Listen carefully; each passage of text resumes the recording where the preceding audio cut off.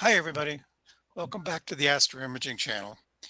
I'm Alex, and we are live coming to you from all over the country. And we've got some Molly's here, and she's running the show, and Tolga's here, and Terry's here. But Eric isn't here today, and we wish him his best. He became part of an experiment, apparently, with the $6 billion man, and they infused him with titanium. And his nurse came by and said, "No, you've got to go to bed now. It's time for you to go to bed." So Eric won't be taking your questions, but we encourage Feedback. you to put them in You're getting talk back feedback.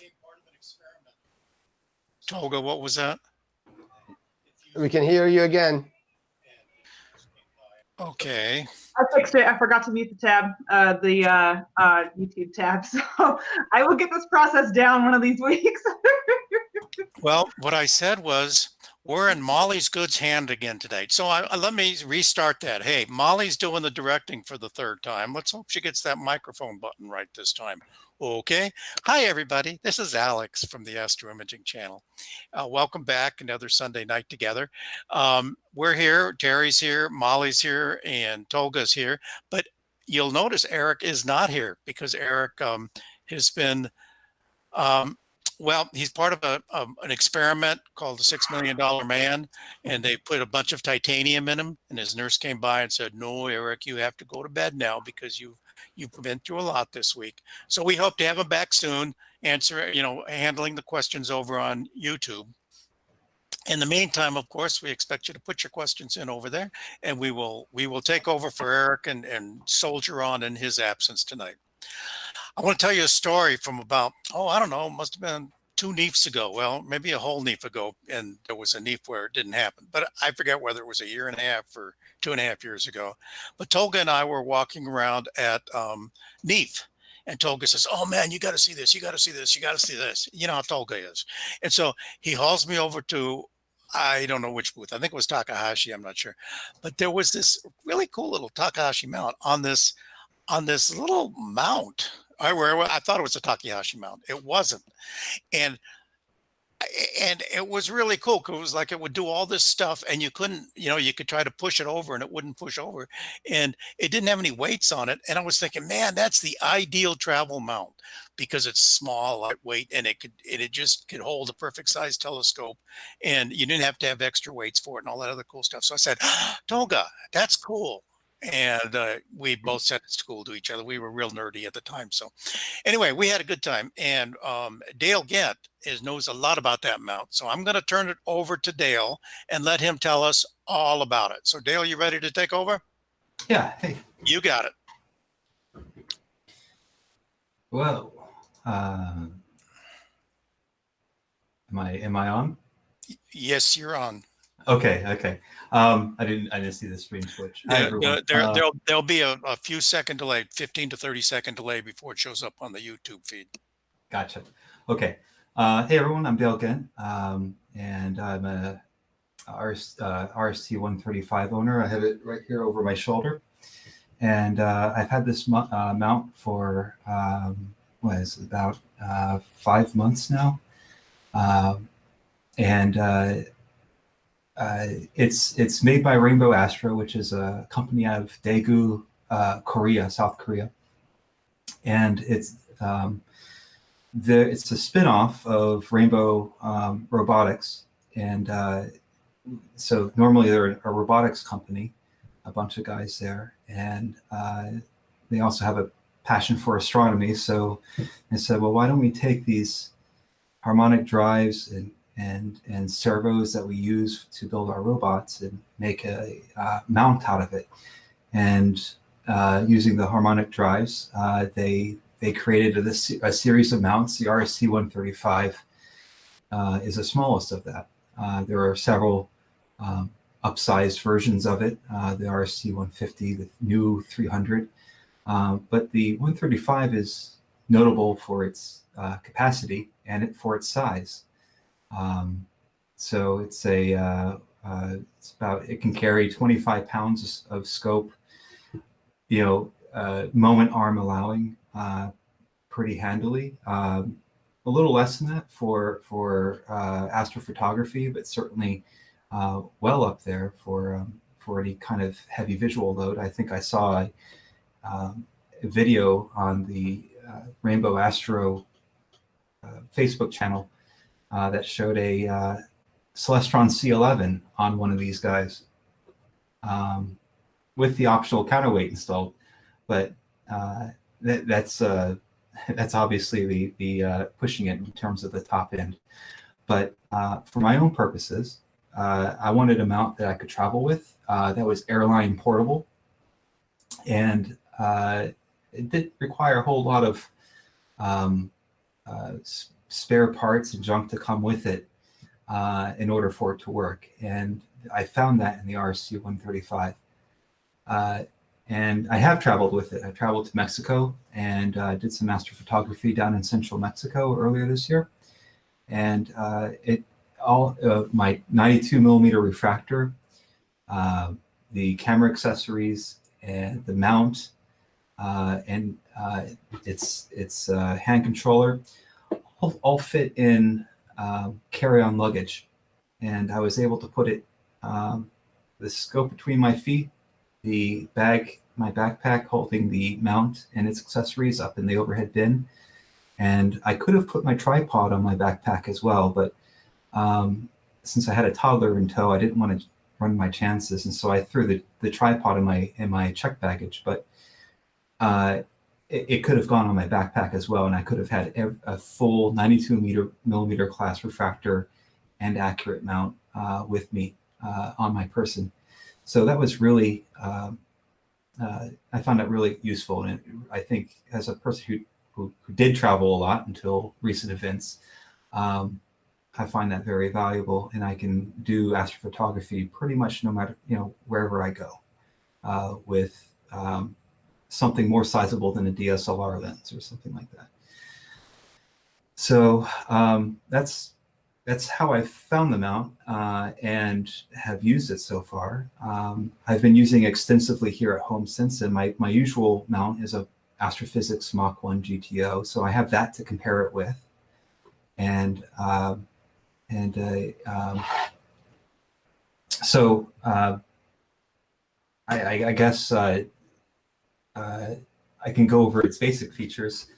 Let me just make sure that this is in focus and zoom you in on it.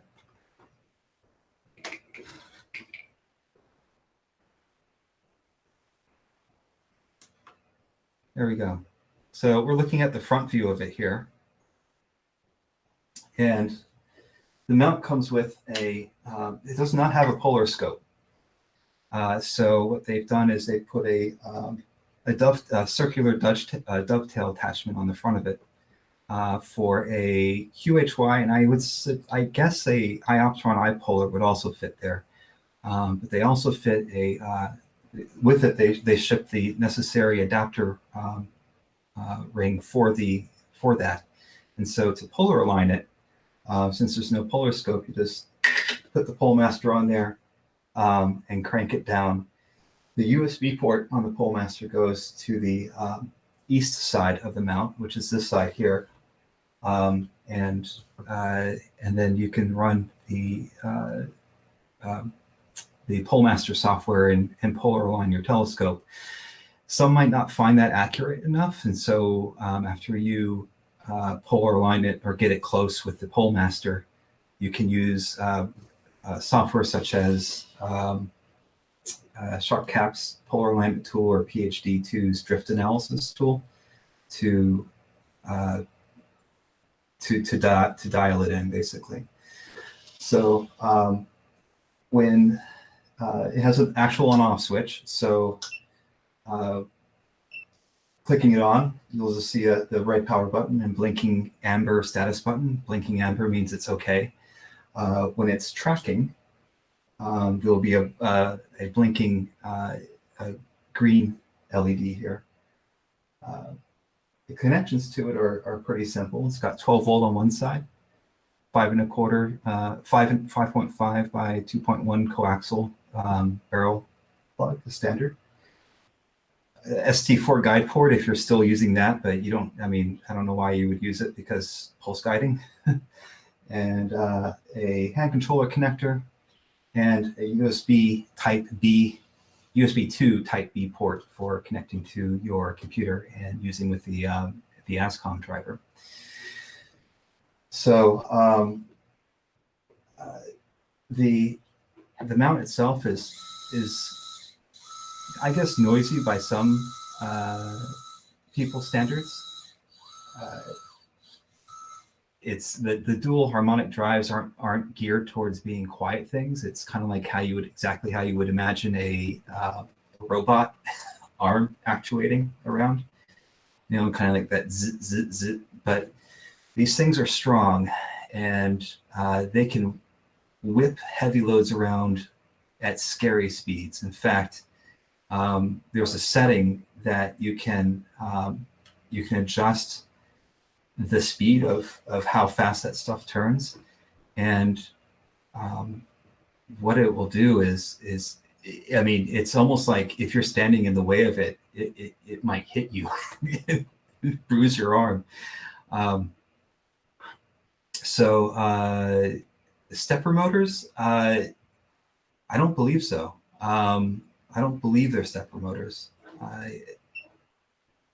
But it's a harmonic drive, so the motor turns a harmonic gearing drive.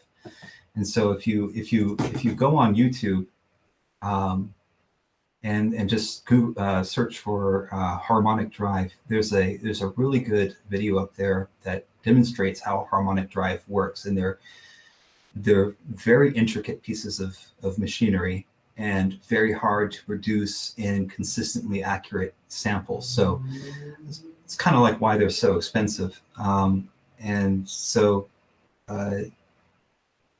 it's also why it's able to do what it does without the use of counterweights. And so down on the bottom here, there's a small, I forget what threading it is, but you can screw in a small shaft. You can put like a 5 kilogram, I think 5 kilogram weight on the shaft, or a couple of them in case you need it. But you would only really use that in alt-azimuth mode with this to offset the balance of a telescope on one side of the mount. You really don't need it in equatorial mode. And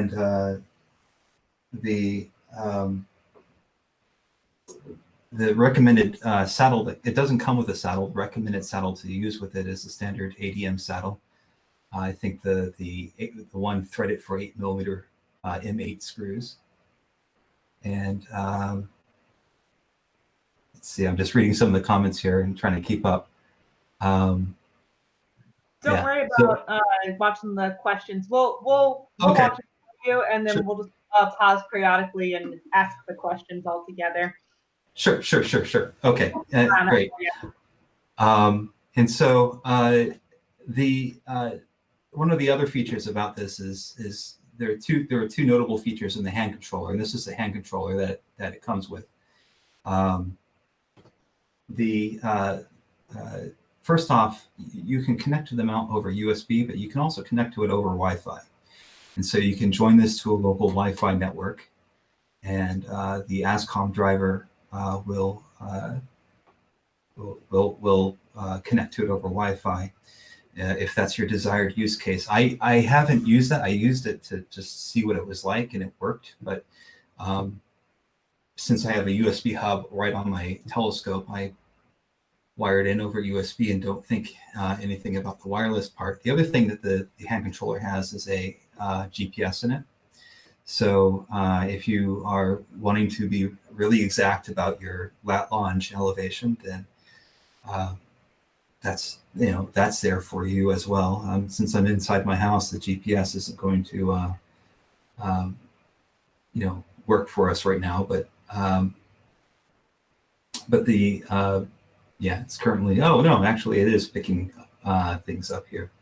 So if you want to see where I live, it's right there. As far as telemetry from the mount, it's pretty interesting. It's the only mount I've seen that has this. Is the the motors report how much voltage they're getting and the temperature that they're operating at. I suppose maybe they're sensitive to this on the higher ends or maybe the lower ends. It's an interesting bit of telemetry because I haven't seen that come off a mount motor before. I don't know quite why it's there, but it's interesting to see. And so on. So any questions before I go on? I know I've been talking a lot. I think you've addressed the questions so far. Not really a whole lot of questions yet. Yeah. Okay. What is a harmonic drive? Can you explain that to us? Because the question came up about was it a stepper motor, and no, it's a harmonic drive. And what's that mean? Right. So let me take a little sip of water. If you're gonna do it later in your presentation, just hold off. But I think this is a different type of mount, if you know what I mean. Yes. This is a different concept in mounts. It doesn't have two little motors sitting on the side. It's different. So I think we need to explain what the harmonic thing is. Right. So so harmonic drive is I'm not a mechanical engineer. But so let me just preface my explanation with that. But a harmonic drive, you can think of it as an inner gear and that is pressing against the inside of an outer gear, like a fist into a palm, like this, right? And the inner gear and the outer gear are deformed. They're not perfectly round. And the outer gear deforms around the inner gear as it turns. And so it basically, the inner gear picks up the outer gear and turns it a little bit and keeps going like that in a rippling motion. And so the two are always engaged, but at different points in time, as different locations around each other, as the inner gear turns around the bigger gear. So what this allows for is tight control, basically.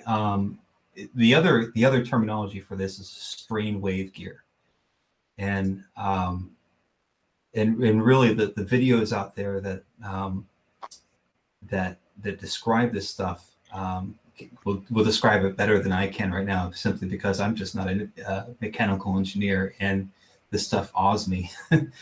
But that's the basic premise. And what it does is, because of how the meshing works with the gears, there's never any backlash. That's the other thing about this mount. It's completely backlash free and will always be, as long as the harmonic drives on each axis aren't damaged. And so there is absolutely zero play in this whatsoever. And that's another desirable property of this mount, is that there's just zero backlash. There's no worm gear to become unmeshed, or worm blocks to become loose or anything like that. That stuff that just doesn't exist anymore. So that's another one of the wonders of this mount. It's small, it's lightweight, it's powerful, and there's no backlash. So it's like everything you wanted in a mount. But that also brings some minuses. One minus right now is that while there is periodic error, it's very long periodic error, but it's present nonetheless. But because of the way that a strain wave or harmonic gear works, it's hard to calibrate out that periodic error like you would with a PEC, periodic error curve, like you would on a high-end mount that can take and process PECs. So there is that. Now, Rainbow Astro has said that they're working on some sort of solution. They have been for a while regarding periodic error and calibrating it out of the mount. But I haven't seen that yet, and I don't know really any implementation details about it. So that's one downside of the mount, but really, I don't think people would be doing astrophotography on this type of mount at long focal lengths where periodic error would really make a difference. Like it would just, it would guide out just fine. And that's been my experience as well. What's one question that came up is on the topic of guiding. What is the common guide performance that you or other people have seen with this, with a moderate load under moderate skies? So under my so I've imaged in two places. One at my house under the U.S. East Coast jet stream in Maryland, and so there's that, and on normal conditions in my backyard in the soupy East Coast weather, I get about 0.6 arc seconds, usually 0.6, sometimes 0.7, often down to 0.5, so half an arc second guiding according to PhD.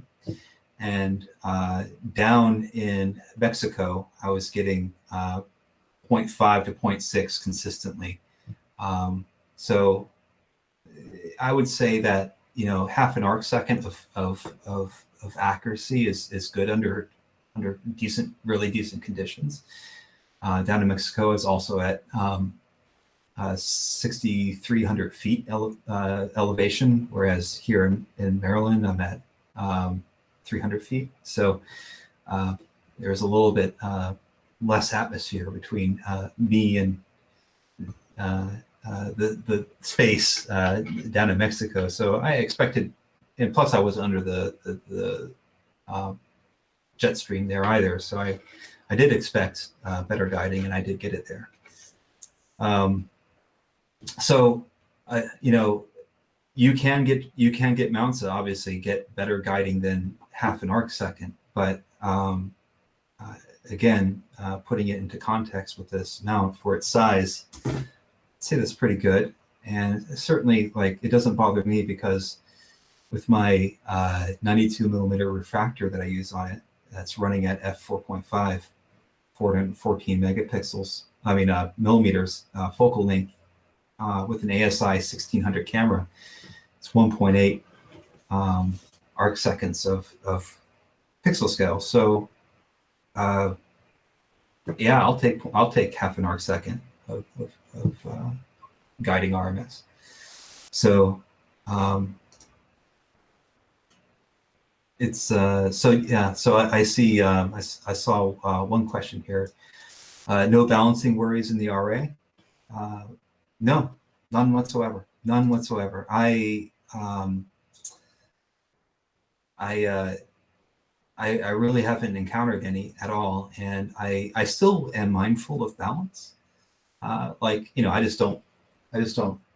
I'm mindful of balance in the declination mainly, just out of habit. But there's nothing I can do about balancing in the RA unless I get a counterweight, and I found no issues with it whatsoever. It's like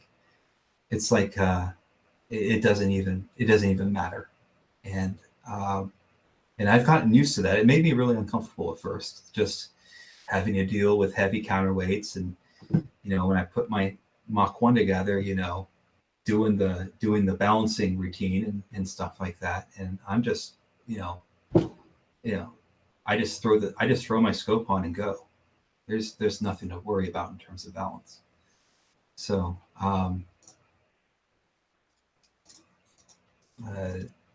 yeah, so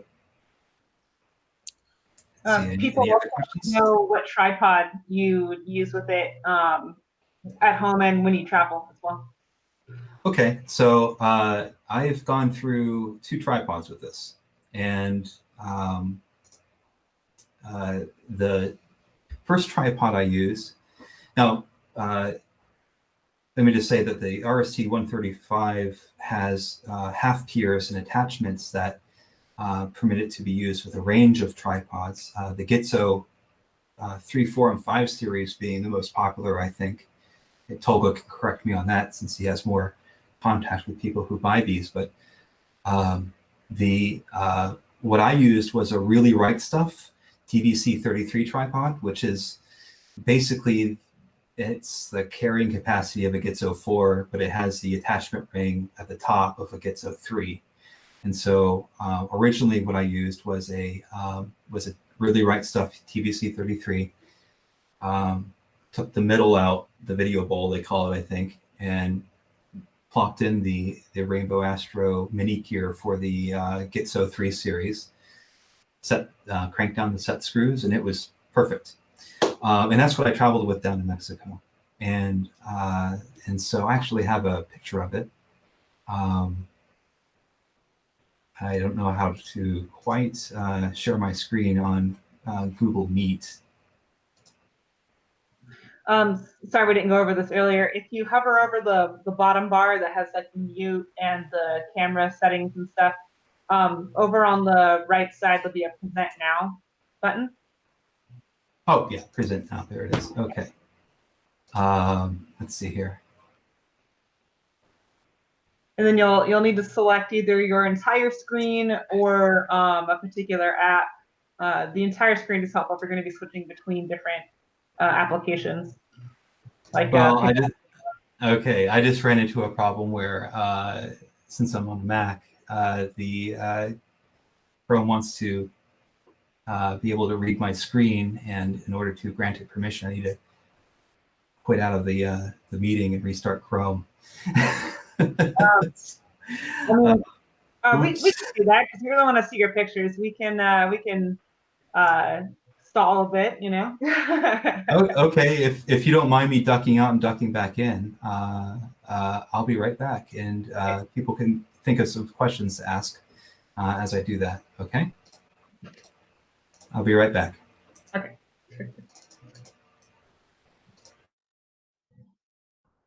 Anybody got any good space jokes?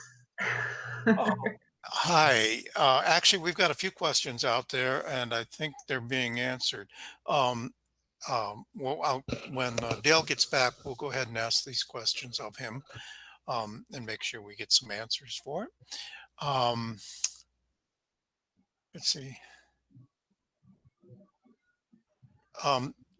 Tolga, could you speak to the issue of the counterweight? I know that there is a situation where one might want to use a counterweight.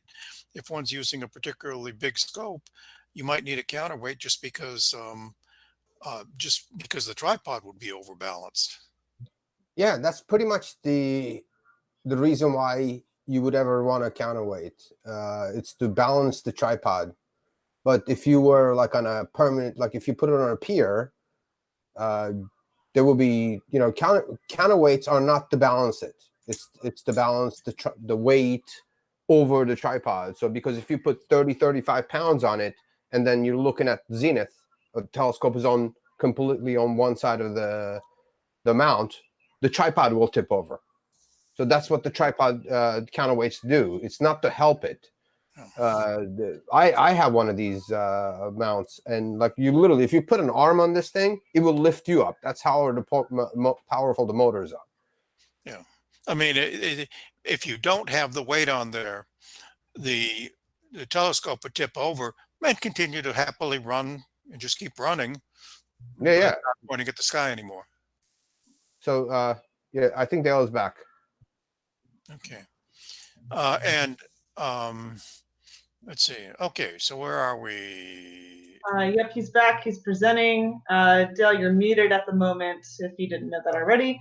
But yeah, I think we're ready to have you back. All right. Okay. So I guess you guys are seeing my photo window here, huh?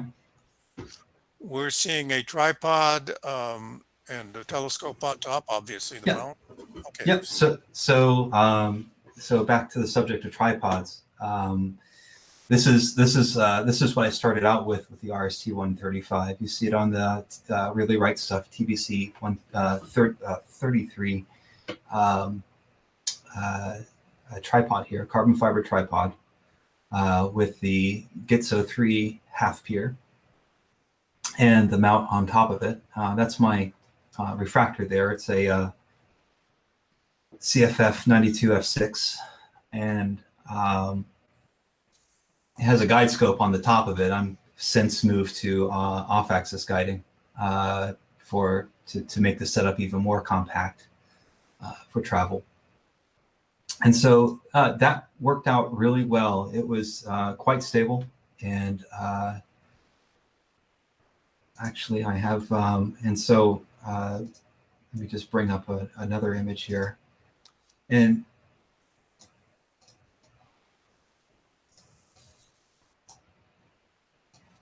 let me, yeah. So I made, I used it to make this image down in Mexico. This is what I shot at night with this setup. And so just good old Rosette Nebula was my first light for this mount, and it performed really well. A little bit of sensor tilt notwithstanding, but that's not the fault of the mount, of course. So I was really happy with it first time out. This is how I pack things, and so I have a banana there for scale. I didn't actually pack the banana with it, but just to show you how big everything was. And so there's a half pier. In the black bag to the left of the half pier is the mount itself. It comes with a nice padded case, and then tripod, finder scope, saddle, stuff like that, all broken down, wiring, and then my telescope and camera and accessories in a Nanook rollerboard style case. And so I threw the case up in the overhead bin. I put all this other stuff in my backpack and threw it under the seat in front of me on the plane. And like I said, I could have put the tripod on my backpack as well, because I have a think tank shapeshifter backpack that's made for carrying photography gear. And but like I said, I just didn't want to deal with it while dealing with the toddler at the same time. So it went into the checked baggage regardless. So the half pier, I would say, is necessary in order to get the to raise the mount high enough off the tripod so that the rear end of the telescope, the camera and stuff, doesn't crash into the tripod legs. So the bottom part of the half pier is what's tripod dependent, and so you would get one that's made for the Gitzo 5, the Gitzo 3, or the Avalon mount. I think there's one now for the Williams Optics mortar, kind of tri-pier style tripod, and so on and so forth. They seem to be coming out with adapters for different tripods and mount different tripods at a reasonable rate as people demand them. But since then, here's a view in profile of the camera, of the mount, and with everything on it. Here's a close up of the front, and this is the bag that it comes with, that the mount itself comes in, and you see with my hand there for scale, it's very small. But since that TVC 33 was pretty good when there was no wind. When there was a wind, it kind of shook a little bit. I could see that in my guiding when we used it down in Mexico. I was on. I think my camera might have just died, but the wind effect was obvious. So I wanted something that I could still travel with and could be more stable. And so I looked and looked and looked, and I really wasn't happy with what I found. They're either aluminum monstrosities or too heavy or something like that. But then out of the blue, another company popped up out of Korea called Supermount, and they have a line of carbon fiber tri-piers that are really nice. And so I got one, and I got one that fits it, called this Cygnus 48G. And this is it here. And it has a crank retractable center pier on it, and the legs on these things are the 50 millimeter diameter high modulus carbon fiber, and it's super sturdy. Everything locks into place. The mechanics on it are top notch. And again, there's another pier, picture of the pier with a banana for scale, and so that's what I've been using now. And there's the RST-135 sitting on top of it. So those are the two tripods I've used. Now you can use a mortar and stuff like that. Since I travel a lot for work and family, I wanted something that's airline portable, not just car portable. So I had to go with carbon fiber and compact strength over anything else. So and you know, since I'm very, you know, I don't like this, you know, the Samsonite luggage test to happen to my astrophotography gear. So I prefer to carry it all on board with me, and do so, you know, responsibly. I don't want to I don't want to be the kind of person who has like the full-size suitcase that they're trying to stuff into the oversized bin.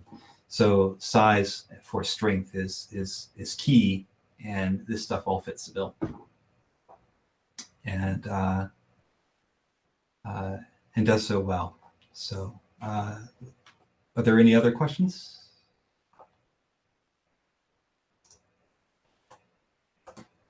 I'm looking. There was some discussion on tripod leveling.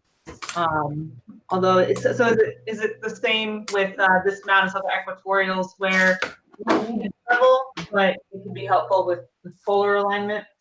Or have you found it matter? Yeah. So my backyard's on a hill, so leveling is always a chore, and it's eyeball it with the bubble level that's built into the top of my mount here. That's good enough, and it's no problem. It's just like any other equatorial. You don't need to be exactly level. You just need to get polar aligned, and you're good. So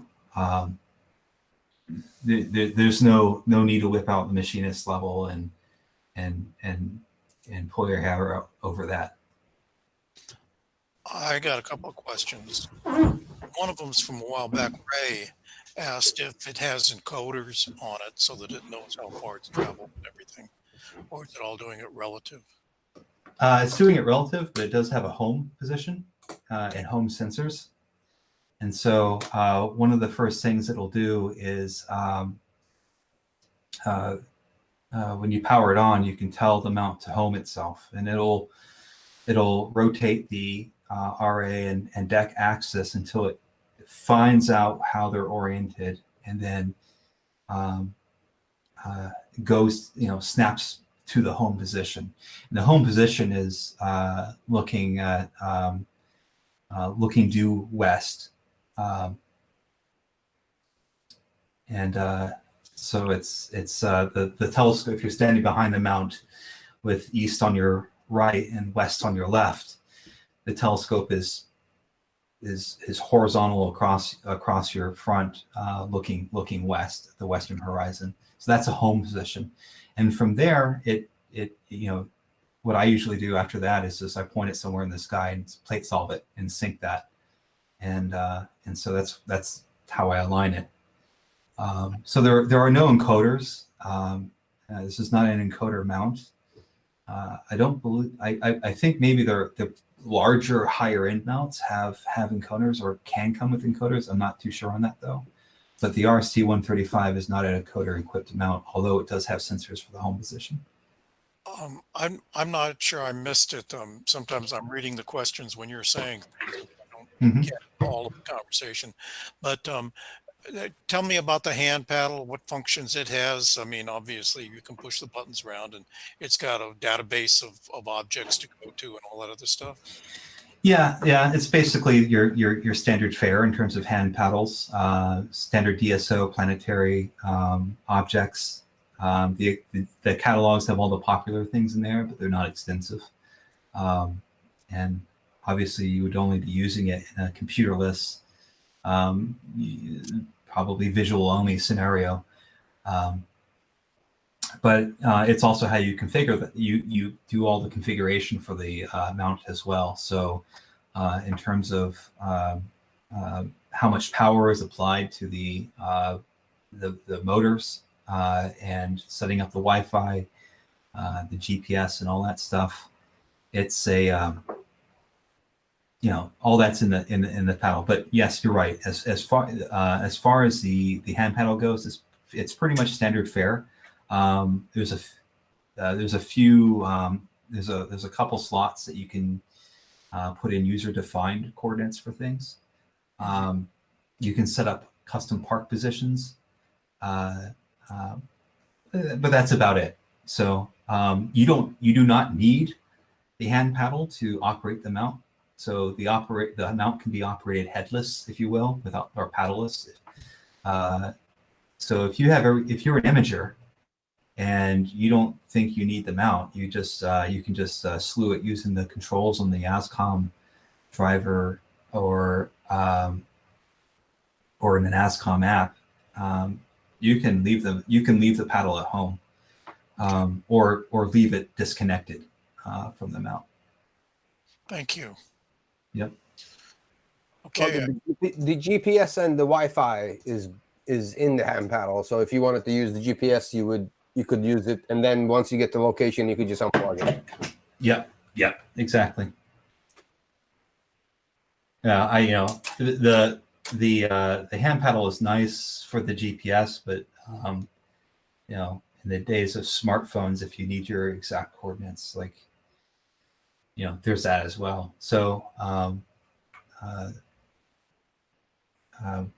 yeah, so I guess the value of the hand paddle is it comes down to your particular requirements in terms of just how you go about things. So here's before I forget, I just wanted to go over something here. This is Daniel has put in a question before you go off on another area. Sure. Someone reported a year ago, the RA and DEC start to diverge. The RMS error goes up and eventually converge again, and the RMS error falls again. Have you seen such a pattern with your mount? I have not. I haven't heard of that either. But it sounds like that long period periodic earlier. It might. Yeah, I haven't noticed it myself. Then again, I'm also the type of imager who sets things up, monitors things for about half an hour to see if it's all good, and then I either go play games or go to sleep. So if there is something long period that's happening, I haven't noticed it, and I haven't noticed it in my images either. So if it is something untoward that's happening, it's being guided out and handled through, it's why you guide, right? So if it does exist, it hasn't posed an issue for me. Yeah, this is what the GPS readout looks like at one of my imaging sites here. Dale,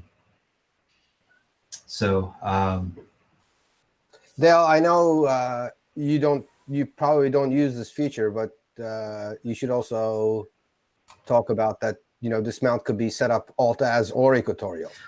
Right. Yes, it has two modes, and you change the mode through the hand pedal,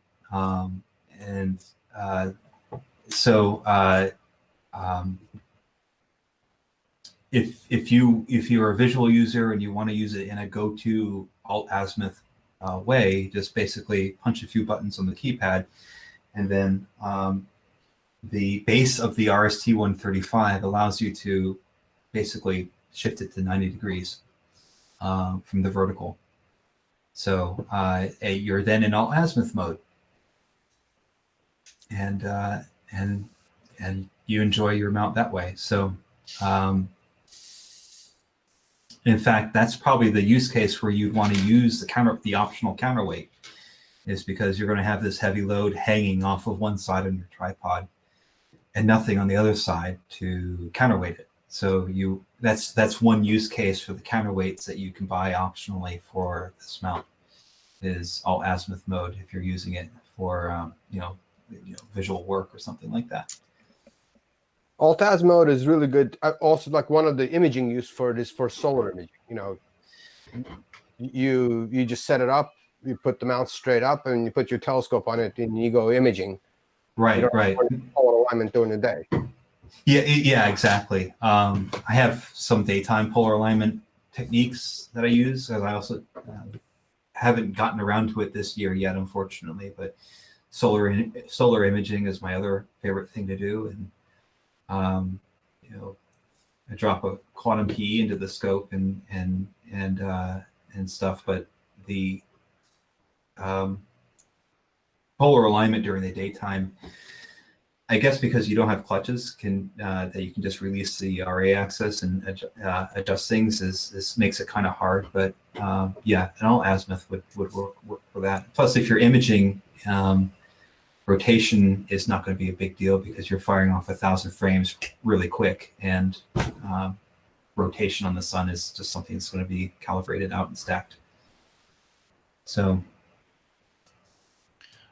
Swar Arrow 100 yeah, says that he remembers hearing issues of a sudden loss of power causing the mount to free fall with load and gravity.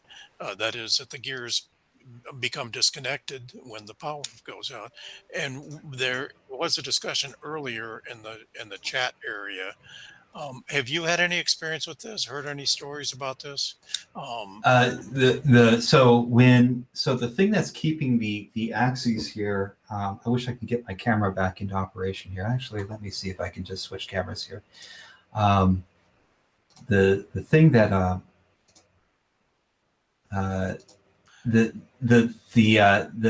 the axes are kept in place using a little bit of lower quality, but it'll work nonetheless.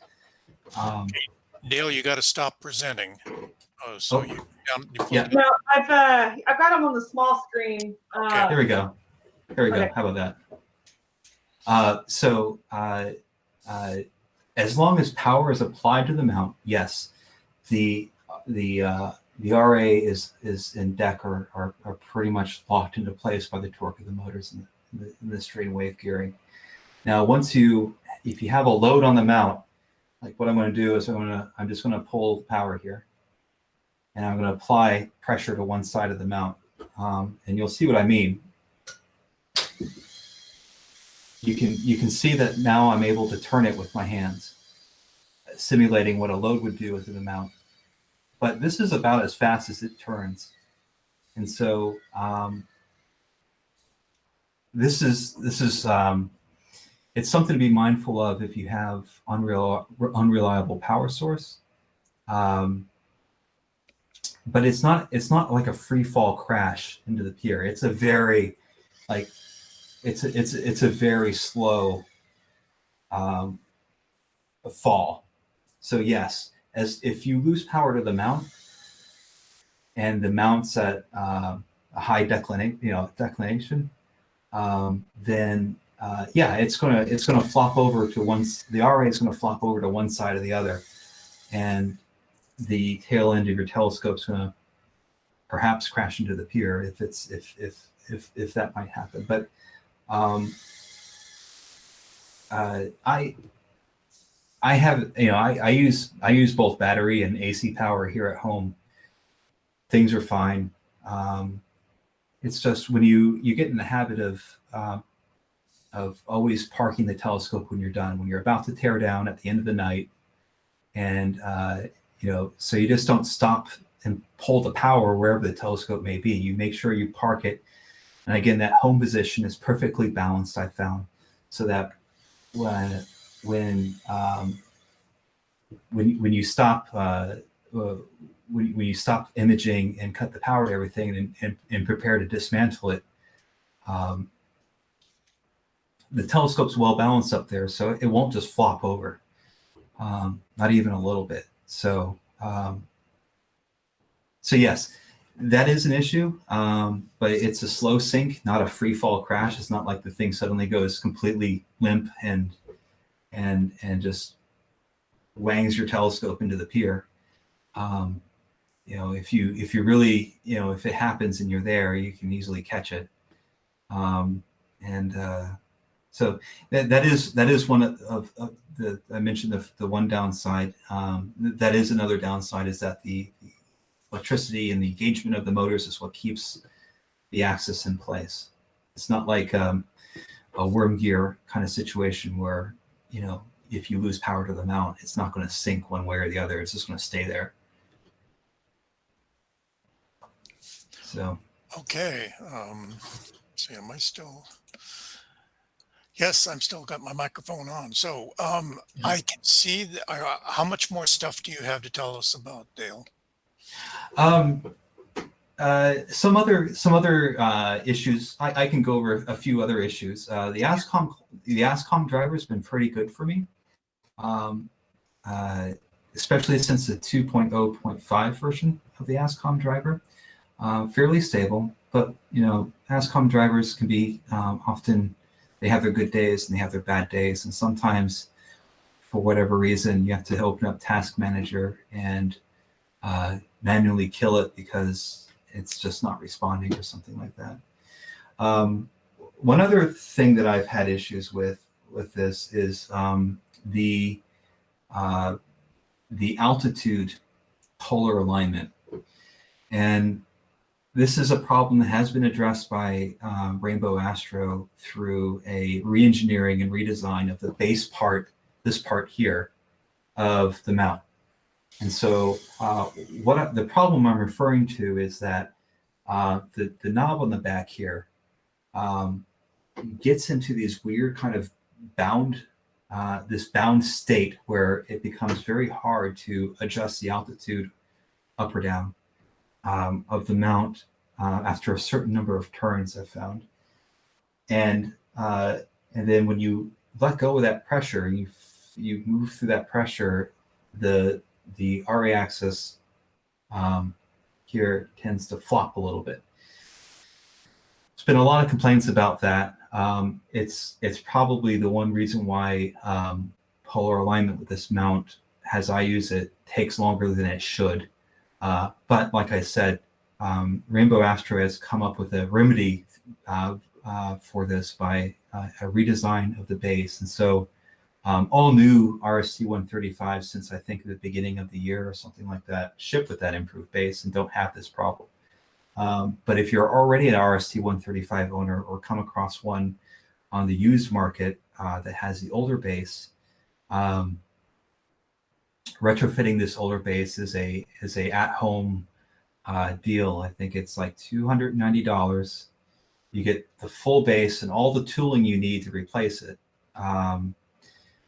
You have to send in you have to give your Rainbow Astro dealer the serial number that you have, because the serial number for the mount is laser etched right here underneath one of the locking knobs. And so what they do is they take your order, they build a bunch of them, they laser etch your serial number onto it and send it back out. And then you can retrofit it. I plan to do that the next couple of months with mine, just to make life easier during polar alignment. But if you were to go out and buy a new 135 tomorrow, you'd get that improved base already. So you consider yourself lucky in that case. That's the only ongoing issue that's been addressed with the mount, and from what I've seen of the few reports of people who have upgraded, it makes a huge difference. So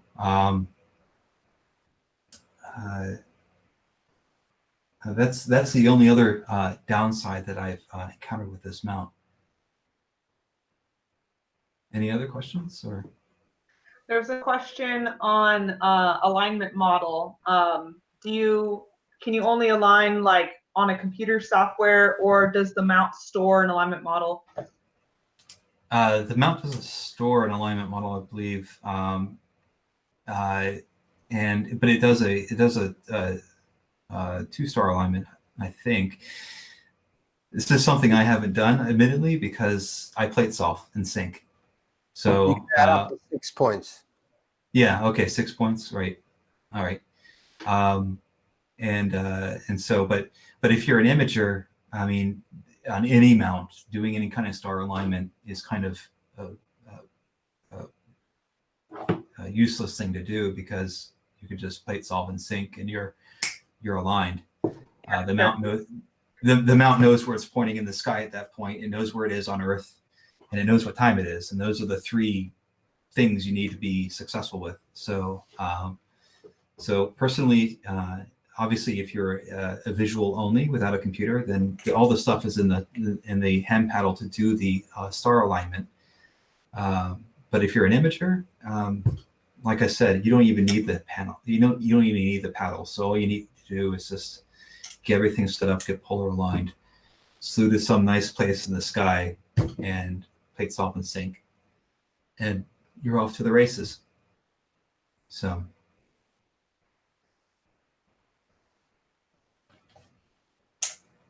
Okay. Anything? Okay, there is another question over there. Let me get back to it. In your personal imaging and stuff like that, Tim Myers wants to know: are you using this mount for the majority of your imaging, or does it work best for you just as a travel mount, and the other time you're using your AP mount? Oh, I'm using this now. I've done all my imaging so far this year in 2020 with this mount. I haven't, as much as I love my Mach 1, I haven't taken it outside yet, because I've just been really happy with the lightweight aspect of this mount, and just getting used to it. And I've got my 92 millimeter refractor all set up to jive with it well, and my other refractor is a 130, and so given what Maryland weather, what it is, I mean, everyone's got, no matter where they live, they say wait 5 minutes and it'll change. But, when you're living under the mid-Atlantic muck that I do, and you don't know if these clouds are going to stick around all evening or if they're going to dissipate, being able to set up on a moment's notice in the backyard with a lightweight mount that you can just pick up under one arm, and, you have your computer in the other arm, and kick open the door and go out to the backyard, it's really valuable. And so, I found it, I enjoy using it, I guess is a way to put it. And for that reason, I've pretty much imaged with it exclusively this year. And in all the chances that I've had.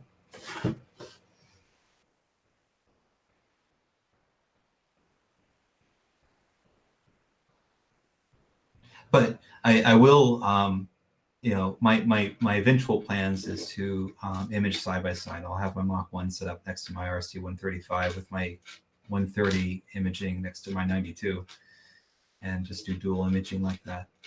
Yes. Yeah, the more mounts, the better. The more potential problems, the better. I just set up my 3rd mount this weekend. Yeah, I mean, you got them, right? So just stick a mini PC between the two, and in my case, 2 instances of Nina. Yep. And that's all you need. Yeah, we're looking to see if there's any more questions coming in. Some of them were answered by other other people on the chat, like Tolga and other people. Yeah. Anybody else seeing questions, moderators? Yuri, I wanted to know something here. Is there any kind of uh, switch that when it gets to the end of a run or something like that, it can switch off the main camera or something like that? You know, like can it signal that it's arrived home? Oh, there's nothing mechanical like that on the mount. No. I haven't checked the ASCOM driver to see if it sets the property for at home yet. It might. That would be something interesting to look into. So if you have software that can monitor for that property being set in the ASCOM driver and it's set to true, then you could actuate a ASCOM switch or something like that based on that. But if your imaging software allows for that kind of hardware monitoring and scripting, but there's nothing mechanical on it. No, that you could co-opt to make it, announce that it has arrived at the home position. Now the driver itself does announce in its log that it's found home or it's parked and stuff like that. So now whether it sets the ASCOM property for at home, I haven't checked that. Oh, that's a good question. I should follow up on that. Or if you've used it with, I mean, I haven't used Nina myself, but I'm assuming that when Nina tells them out to park, then Nina knows that it has parked, right? Right. Yes. It's park is parked is true, and it's not tracking anymore. So yeah, it's in there somewhere. Right. Yeah. And the park position can be the same as the home position. In fact, I have both set to be the same. So when I'm done imaging, Nina says to the telescope, park your mount, or SGP would tell the mount to park, and it will go to that position, pointing due west. And, I can cut the power at that point. There will be no flop. And, I just start taking stuff apart. And I also put things together in that orientation as well. So, Dale, do you have some other things that you had prepared to present to us today? Just some little trivia about power consumption, I guess. I can share my screen again here. Hold on a second. I know for the mobile imager, power consumption is also power consumption is also a primary concern of the mobile imager. And since this is a mobile imaging mount, my wife's workspace here. This is where I had it set up originally. But I'm trying to find, here we go. So this is just the mount, no other accessories. And so tracking, it's a 0.2 amp or 2.7 watts in tracking. And then I start moving it on both axes, and it goes up to about half an amp at 13.7 volts. And so, it's, I'm sorry, it was one axis, half an amp, and now it's, it went up to 0.6 amps. So anyway, it's pretty light on power. I had one image that I had up with my entire rig running, which was a ASI 1600 cooling at about 60% cooler power, the mount tracking, the 2 dew heaters on at full because it was a pretty dewy night, and I was running I think it was 1 and 1.7 amps total, and most of that was the camera cooler. So it sips power. It's pretty lightweight with power, and so if you're a mobile imager and you're concerned about power budget, then you know this mount also favors you in that category. When you've used this in Alt-az and in equatorial, correct? I tried Alt-az just out of curiosity. I haven't actually used it, visually in Alt-azimuth mode. Andrew wants to know, you have to reposition the park position or anything else like that, or what happens? Yes. Yeah. You have to reset the park position. And there are some presets. There's a bunch of preset park positions. And you basically select which one you want to be the park position. And when you're in Alt-az mode, the park positions are actually defined in altitude and azimuth. So it's pretty simple for you to see which one you want and select it. Okay. Did you have some other things you wanted to tell us about? No, I think that's it, unless there's any other questions. So, oh, and what's the input voltage on it? Guillermo wants to know. Input voltage is I pump about 13.8 to 14.2 volts into it, but it'll take 12, of course. I wouldn't go below 12 because that means you run the risk of stalling during slews. You don't ever want to under voltage the mount. It'll take 12 volts. I have it on 12 volts right now off my DC to DC power regulator in my office. But out in the field off of a battery, I've ran it off from 14 to 13.8, and it runs just as fine there. So it has a standard range. I wouldn't put 14 volt, more than 14 volts into it. I wouldn't put under 12, but that 12 to 14 volt range is pretty standard in astronomy these days, especially if you have a power regulated power supply or a DC to DC power regulator on your battery. Yeah. James Grubb says that it's got a 16 volt max. Oh, 16. Okay. All right. Yeah. That's what James tells us. Okay. I wouldn't dream of piping 16 volts into my astronomy rig, but I guess if it can take it, there you go. But yeah. And Andy says keep it above 12.5. Remember, a battery when it's in your car, the 12 volt battery is at 13.8. Right. When it's working the way it's supposed to be working, and it'll keep it in your car down to about 10 or 10 and a half or something like that. Well, our equipment's a little fussier than that, and it likes to run at 13, 14, 15. Something. Right, like my astrophysics mount wants to run at 14.2. That's the magic number, especially in cold weather where it's more apt to mounts are more apt to stall because it's cold out. So okay, we've had 70 some people watching all night, and a lot of good comments and a lot of good information, Dale. We really appreciate the information that you've been able to give us. If anybody's got that last minute question, get it in there because we're about to say night to everybody for the week. Let's see. Oh, one of my favorite websites will be coming here next week. Telescopius, and on the calendar, Sebastian Garcia is coming to us at Argentina, I think. I forget, South America.